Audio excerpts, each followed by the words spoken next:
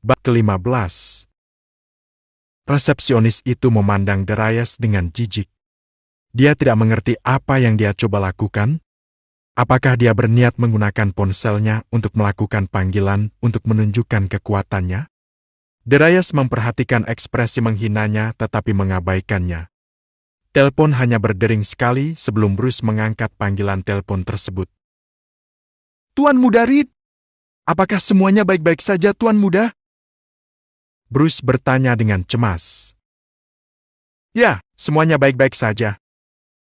Darius menjawab dengan nada meyakinkan. Bruce menghela napas lega di ujung telepon. "Tuan Muda itu baik-baik saja." "Jika semuanya baik-baik saja, lalu mengapa Anda menelpon Tuan Muda Reed?" Bruce bertanya, kebingungan terlihat jelas dalam suaranya. Saat ini aku berada di kediaman Raja Naga, dan resepsionis menolakku bertemu dengan manajer kediaman. Bisakah kamu memberitahu manajer bahwa aku menunggunya di lobi?" Darius bertanya dengan riang, pandangannya tertuju pada resepsionis saat dia berbicara. "Beraninya dia? Dia akan segera tiba di sana. Harap bersabar, Tuan Muda." Bruce berkata dengan suara memohon. Darius mengangguk pelan ketika dia berbicara dengan Bruce di ujung telepon, tidak menyadari badai yang baru saja dia timbulkan. "Baiklah. Suruh dia bergegas. Aku tidak punya waktu seharian." Darius menambahkan. "Tentu saja, Tuan Muda Reed. Mohon maafkan saya." Bruce menjawab dengan nada tegas sebelum menutup telepon. Bruce berteriak dengan marah begitu dia yakin panggilan telepon telah selesai. Dia sangat marah. Beraninya mereka memperlakukan anggota keluarga Reed seperti tamu biasa? Apakah pegawai istana kerajaan Raja Naga berencana untuk mati? Apakah ini akan menjadi kompleks apartemen terbaik di Dragon Estate jika konsorsium Reed tidak turun tangan saat mereka paling membutuhkannya? Ataukah mereka lupa siapa pemilik 95% saham Dragon Estate itu sendiri? Membuat anggota keluarga Reed tidak bisa bertemu dengan manajer belaka karena resepsionis? Dan bukan sembarang anggota, tapi ketua baru konsorsium Reed sendiri? Dia akan memberikan sedikit pemikiran kepada manajernya. Dia menghubungi nomor manajer Istana Raja Naga, masih marah karena panggilan telepon dengan Darius. Kediaman kerajaan Raja Naga, kantor manajer. Manajernya, seorang wanita cantik berusia akhir 30-an, duduk di belakang meja kayu mahoni berwarna coklat, mengerjakan sejumlah dokumen. Setiap bulan, keuntungan dari kediaman Raja Naga benar-benar mencengangkan. Sekilas terlihat sejumlah dokumen yang ditumpuk di atas meja. Tidak mengherankan kalau dia tidak bertemu dengan sembarang orang. Dia memiliki begitu banyak pekerjaan yang menunggunya sehingga dia tidak dapat mengesampingkannya hanya demi bersosialisasi. Namun, dia tidak bisa mempercayai siapapun untuk menangani pekerjaannya selain dirinya sendiri. Sekretaris dan asisten pribadinya membantunya dalam hal-hal lain seperti mengatur jadwal dan janji temu serta bertemu dengan beberapa tokoh terkemuka sebagai penggantinya. Bukannya dia tidak ingin mendelegasikan sebagian pekerjaannya kepada sekretarisnya, tapi dia tidak bisa. Dia sangat menyadari betapa sulitnya dia mencapai level ini. Dia benar-benar harus melewati neraka untuk mencapai levelnya saat ini. Dia tidak akan pernah mencapai levelnya saat ini tanpa bantuan Tuan Bruce. Dia menghela nafas ketika memikirkan Tuan Bruce. Dia berada pada level yang tidak bisa dia capai tidak peduli seberapa keras dia berusaha. Kesenjangan antara keduanya seperti jarak antara langit dan bumi. Hal itu tidak dapat diatasi. Segalanya tampak biasa baginya ketika dia menjadi manajer kediaman ini dan mulai menangani keuntungan miliaran dolar. Orang-orang yang dia rasa adalah langit tidak lagi terjangkau. Sebaliknya mereka sekarang berada di bawah levelnya dan harus menghormatinya. Namun tidak demikian halnya dengan Tuan Bruce. Terlepas dari statusnya saat ini, dia masih harus menundukkan kepala dan mendengarkan dengan patuh setiap kali dia berbicara. Dia bisa dengan mudah mengusirnya dari posisinya hanya dengan menjentikkan jarinya. Betapa kuatnya Tuan Bruce. Ponselnya, yang ada di atas meja, berdering tiba-tiba saat dia sedang merenung, membuatnya tersadar dari lamunannya. Dia mengerutkan kening ketika dia mendengar teleponnya berdering. Dia biasanya menyetel ponselnya dalam mode jangan ganggu karena dia tidak ingin ada gangguan sampai dia selesai dengan pekerjaannya. Dia hendak memutuskan panggilan ketika dia melihat ID penelpon. Segera dia melakukannya, dia tiba-tiba berdiri dan menjawab dengan nada penuh hormat. "Tuan Bruce." Manajer berbicara dengan sopan dan penuh hormat. Sebaliknya, respons Mr. Bruce tidak seperti yang diharapkannya. "Kamu jiwa yang tidak tahu berterima kasih." Bruce meledak, berteriak padanya dari ujung telepon yang lain. "Begini caramu memperlakukan dermawanmu? Apakah kamu lupa siapa yang menjadikanmu seperti ini?" Bruce terus berteriak. Dia sangat marah. Manajer itu memasang ekspresi bersalah di wajahnya.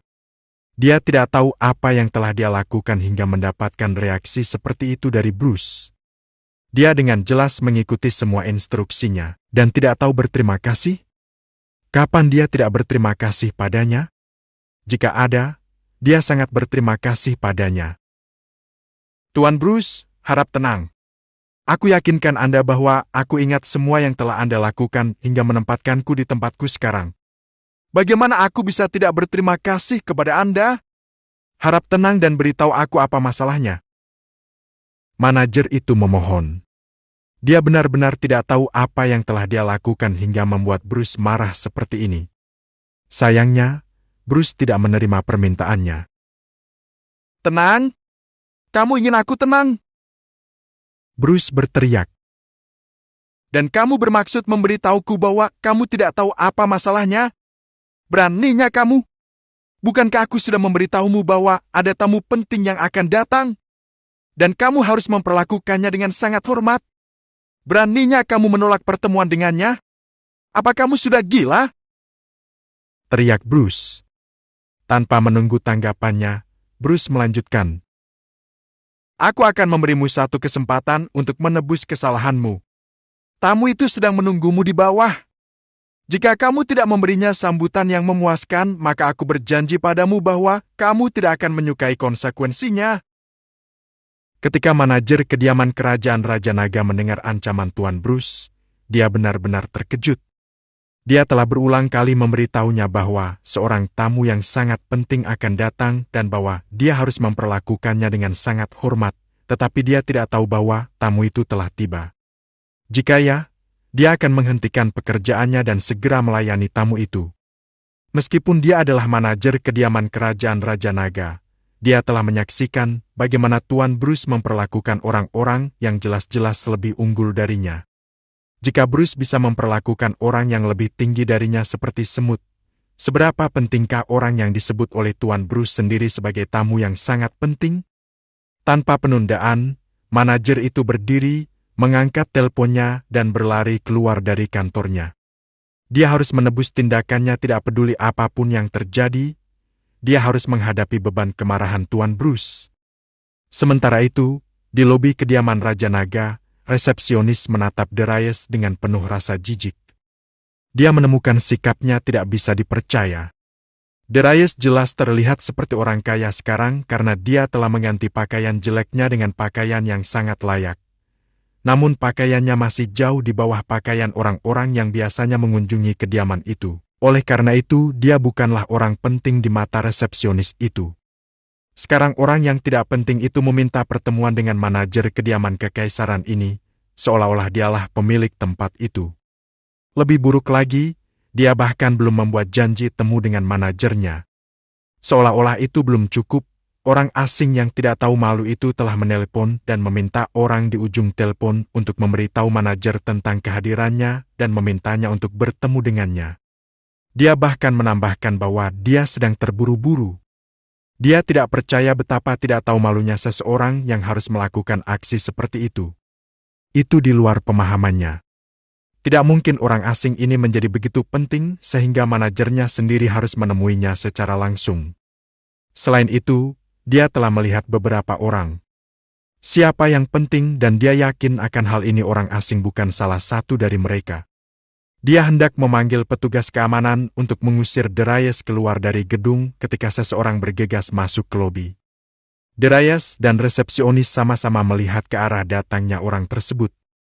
Resepsionis melihat sosok itu terlihat sangat familiar, namun dia tidak bisa mengetahui siapa orang tersebut karena jarak di antara mereka. Hanya ketika orang tersebut mendekatinya barulah resepsionis mengenali siapa dia. Itu tidak lain adalah manajer kediaman kerajaan Raja Naga sendiri. Resepsionis tercengang. Mereka jarang melihat manajer kediaman kerajaan Raja Naga kecuali pada acara dan upacara resmi yang melibatkan kediaman tersebut. Apa yang dia lakukan di sini? Bukankah dia seharusnya sibuk dengan hal-hal yang berkaitan dengan tempat tinggalnya? Manajer itu bergegas menuju tempat Darius berada dan resepsionis yang berdiri di belakang konter dan bertanya dengan nada mendesak. Apakah seseorang bernama Darius Reed datang ke sini untuk mencariku? Manajer itu bertanya sambil menatap langsung ke resepsionis. Darius Reed? Resepsionis bertanya. Dia pasti pernah mendengar nama itu sebelumnya. Seketika, wajah tampan Darius muncul di benaknya. Seolah-olah Darius sedang membaca pikirannya. Karena begitu wajahnya terlintas di benaknya, suara laki-laki terdengar di lobi. Itu aku. Darius angkat bicara, tatapannya beralih ke manajer. Manajer itu langsung berbalik menghadap Darius. Namun saat dia melakukannya, dia tidak bisa berkata-kata. Tuan Bruce telah menyebutkan seorang tamu penting, oleh karena itu, dia mengira tamu tersebut adalah seseorang yang berusia parubaya atau lebih tua dari Tuan Bruce sendiri. Namun bukan itu masalahnya. Tamu yang diperintahkan untuk dijamunya adalah seseorang yang tampaknya berusia awal 20-an. Itu bukan satu-satunya. Tidak hanya dia masih sangat muda, dia juga sangat tampan. Manajer itu segera menundukkan kepalanya pada Darius. Sekarang bukan waktunya untuk terpesona oleh penampilannya. Ini adalah seseorang yang tidak dapat dijangkau olehnya dan juga seseorang yang harus dia senangi dengan cara apapun. Selamat datang di kediaman kerajaan Raja Naga, Tuan Reed. Suatu kehormatan bertemu dengan Anda, Tuan. Manajer itu berkata dengan nada yang sangat sopan. Apakah kamu manajer kediaman ini? Darius bertanya dengan santai. Baik, Tuan. Saya adalah pengelola kediaman ini. Manajer itu menjawab dengan sopan seperti biasanya. Darius mengangguk ringan. Resepsionis di sisi lain tidak menganggap situasi ini menarik sama sekali. Dia tahu bahwa dia berada di dalam masalah. Saat dia melihat manajer itu bergegas masuk ke lobi dan tampak sangat bingung hanya beberapa menit, setelah Darius mengakhiri panggilan teleponnya, dia tahu bahwa Darius bukanlah orang biasa. Lagi pula, tidak ada orang biasa yang bisa membuat manajer kediaman kerajaan Raja Naga turun begitu cepat. Resepsionis itu segera menoleh ke arah Darius, ekspresi wajahnya memohon. Ia berharap Darius mau menerima petunjuk tersebut dan tidak menyebutkan perilaku kasarnya kepada manajer. Sayangnya, Darius melakukan hal yang berlawanan dengan keinginannya. Begitu. Kalau begitu, kamu harus mengawasi karyawanmu dengan cermat, bukan? Darius bertanya. Suaranya semakin gelap saat pandangannya beralih dari manajer ke resepsionis. Manajer itu memperhatikan perubahan suara Darius dan juga mengalihkan pandangannya ke resepsionis. Apa maksud Anda dengan itu, Tuan Reed? Tanya manajer itu, mengalihkan pandangannya dari resepsionis dan kembali ke Darius. Darius menyeringai. Ya, aku sudah bilang pada resepsionis di sini 30 menit yang lalu untuk memberitahukan kehadiranku, tapi dia tidak melakukannya. Dia juga sangat kasar pada aku, pengunjung di sini. Jika dia memperlakukan tamu lain di sini dengan cara seperti ini, itu akan merugikan, bukan? Darius bertanya sambil menjaga kontak mata dengan resepsionis. Sikap sang manajer langsung berubah ketika mendengar pertanyaan Darius. Dia mengalihkan pandangannya kembali ke resepsionis dan menatapnya dalam-dalam sebelum bertanya dengan suara rendah yang berbahaya. Apakah ini benar, Nona Morin? Resepsionis yang bernama Morin kembali menatap Darius dengan tatapan memohon. Dia mengetahui bahwa Darius jauh lebih tinggi daripada manajer itu sendiri dalam hierarki sosial. Oleh karena itu, jika Darius memaafkan perilaku kasarnya, maka manajer dengan sendirinya akan membatalkannya. Sayangnya, Darius tidak memberinya waktu. Aku bertanya apakah yang dikatakan Tuan Reed di sini benar, Morin? Manajer itu mengulangi dengan keras, sambil menyipitkan matanya ke arah Morin. Itu adalah kesalahpahaman, Manajer L. Saya tidak tahu bahwa Anda sedang menunggu kedatangan tamu. Mohon maafkan kelancangan saya. L memohon. Dia melihat Darius tidak akan memaafkannya, dan dia juga tidak akan mengajukan kasusnya kepada manajer. Satu-satunya pilihan yang tersisa baginya adalah memohon belas kasihan pada dirinya sendiri. Jadi memang benar kalau begitu. Manajer L berkata dengan nada sedih. Tidak heran Pak Bruce sangat marah padanya. Sikap yang ditunjukkan Morin kepada Darius bukan hanya tidak bisa diterima, tapi juga sangat tidak profesional. Dia menghela nafas. Tampaknya dia sangat sibuk dengan aspek-aspek lain di kediamannya, sehingga dia lupa menjaga sikap para karyawannya.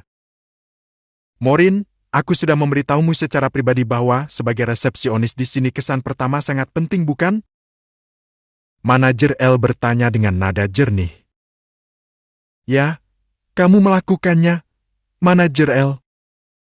Resepsionis menjawab dengan sangat menyesal. Dia menyadari bahwa mungkin jika dia menunjukkan betapa menyesalnya dia, manajer akan melepaskannya kali ini. Aku mengerti. Aku senang kamu mengakui bahwa aku telah memberitahumu tentang detail khusus itu, kata manajer itu.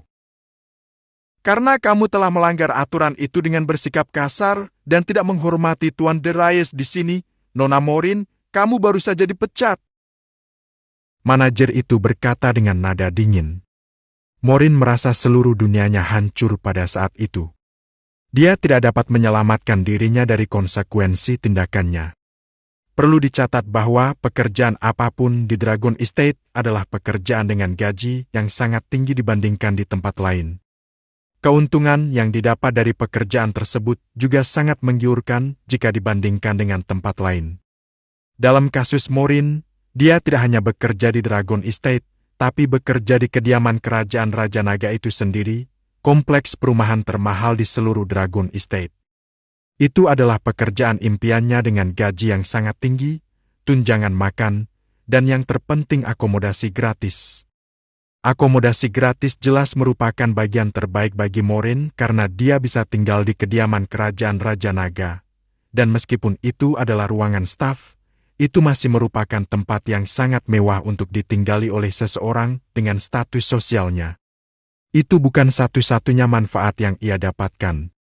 Dia terus-menerus membual kepada teman-temannya tentang dia bekerja di kediaman kerajaan Raja Naga, menikmati ekspresi iri dan kekaguman di wajah mereka setiap kali dia menyebutkan hal itu kepada mereka. Hal ini memberikan kesan superioritas palsu bahwa dia lebih baik dari teman-temannya. Namun hal itu tidak terjadi sekarang. Dia bukan lagi seorang pegawai di kediaman Raja Naga, yang berarti dia kehilangan semua keuntungan yang didapat dengan menjadi pegawai. Gelombang penyesalan yang besar melanda dirinya saat dia berdiri tak bergerak.